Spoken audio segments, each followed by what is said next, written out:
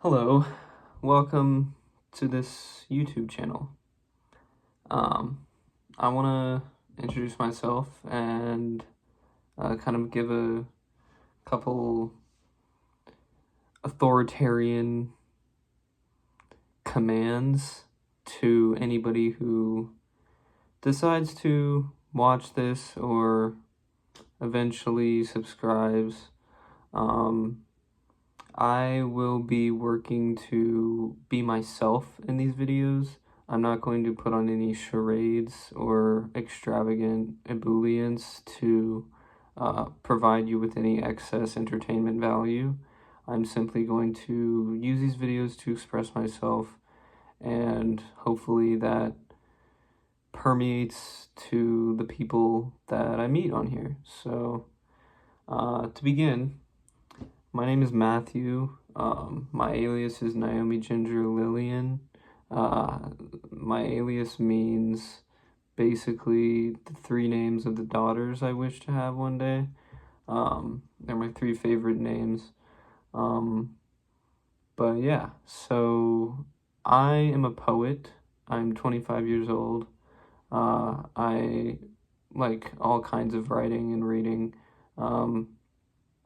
I mostly enjoy short stories and poetry.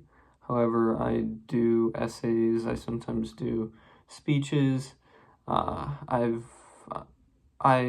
reluctantly do attempt plays sometimes, but as I was a student of Mr. Joshua Ravitch, the late mentee of Stella Adler, the American acting demigoddess. And so I know a lot about plays, but I don't exactly do well writing them or can motivate myself to write them. So I'm more of a prosaic, poetic artist in that sense. But I do like a lot of books, and that's a lot of what this channel is going to be about. It's going to be me talking about my books. It's going to be me talking about my writing, etc., etc., etc. So, to get started, I'm going to list off some books that I've been interested in recently, and hopefully they can inspire you all to read them, because that's what I like to do. I like to provide inspiration to people, and that's why I write. I write to, my job as a poet is to flutter your heart, violate your mind, and heal your soul. There's a backstory to that mantra, and I will most likely explain that further on. But anyways, moving forward. The first book on the list is Melanie Klein's Envy and Gratitude. I think she's one of the best post-Freudian analysts, and I'm really interested in psychology and psychoanalysis. So Melanie Klein she's a striking thinker. I did not expect her to be such a striking thinker, and you'll understand what I'm talking about if you buy it. But she really knows how to write. She really knows how to think, like concentrate. But yeah, next on the list is Things Hidden Since the Foundation of the World by Rene Girard. This man, when I first bought this book, I was convinced that it was the most important book I will ever read. So, the premise is enormously scope heavy. This book is a conversation between him and two psychoanalysts, and he's a modern anthropologist, social, cultural critic. But yeah, it's just a really lots of ideas in there. Next, we have William Blake, The Complete Poems. I'm currently at the spot where, if you look right here, like, can you guys see the discoloration in this book?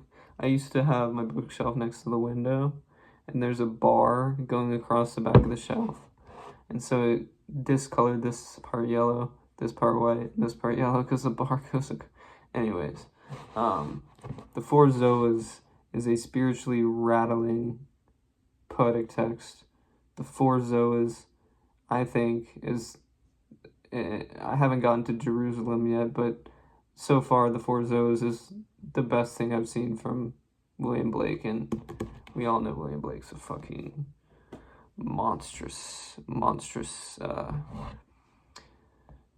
demon of immortality. So, anyways, next on the list we have Bennett Circuity by Robert S. Stickley. Can't forget the S, because you'll see when you read the book. But it's a compendious epic of a novel, and that's all I'm gonna say, because it's the last big novel I finished was 2666 by Roberto Bolaño, who I absolutely love. Bolaño is one of my favorite authors for several reasons. I'm actually about to talk to you guys about The Savage Detectives, because I've been reading that recently. But yeah, Bolaño and Stickley are, if Bolaño is the like kind of underground poet, kind of roaming the streets and falling into random mishaps of madness and bar fights and stuff, Stickley is like the stern like warrior of the South who like calls Faulkner disparaging names because he is that prideful, which is good. Don't hurt me. Okay. Next on the list we have The Prelude by William Wordsworth. It's on my Kindle. The Prelude is fascinating. The rhyme scheme that elongates itself through passages and not just lines is mind-boggling to me. I want to imitate it for like a decade and then try to master that technique, because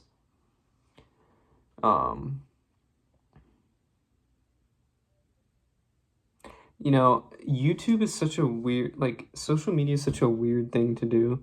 Like, you just stare at yourself and talk, and then other people watch it. This sounds so, like, spoofy to, like, experiment with in, like, a meta way, but anyways, I'll get used to it. The Prelude by William Wordsworth. Check it out. The next one is On Kings by David Graeber, an anthropological text of sorts, like kind of a super theory. Anthropology has been conquering, in my opinion, the 21st century in theory, in terms of its theory. I have a vested interest in multiple different authors in the anthropological field, most of them coming post Levi-Strauss, and including Levi-Strauss, and the entire enterprise of anthropology has exploded, kind of like the Latin American boom, which, by the way, just to mention now, the Latin American boom, I think, is the greatest exhibition of literature that the world has ever seen in the 20th and 21st century.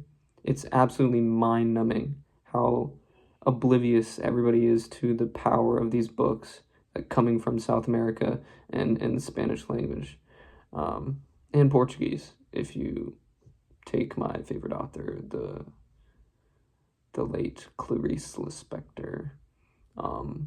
But anyways, the next book on the list is The Greek Plays. The Greek Plays by Aeschylus, Sophocles, and Euripides. I'm reading the collection, and a lot of my writing has to do with spiritual intoxication, and so and specifically Greek spiritual intoxication. And so when I read the plays, it's more of an experiment for to search for that spiritual freedom that is prevalent in texts such as the Greek plays, Homer, stuff like Nonus of Panopolis, I don't know, Walter F. Otto. I haven't gotten Otto's book yet, but I'm super excited to read, what is it, The Cult of Dionysus? Whew, that shit looks scary. Also, Frank Stanford. Frank Stanford is somebody who I'm really, really interested in terms of having him on my radar for writing. I think I call him the American Pushkin because he died early and he was kind of like this heathenish fellow. I think he's interesting, so we'll get into him. I also read The Arabian Nights a little today. It was kind of fleeting. Yeah, we'll save the rest for later. I appreciate anybody who watches this, and hopefully I'll get better at these. It's a learning process, so happy writing.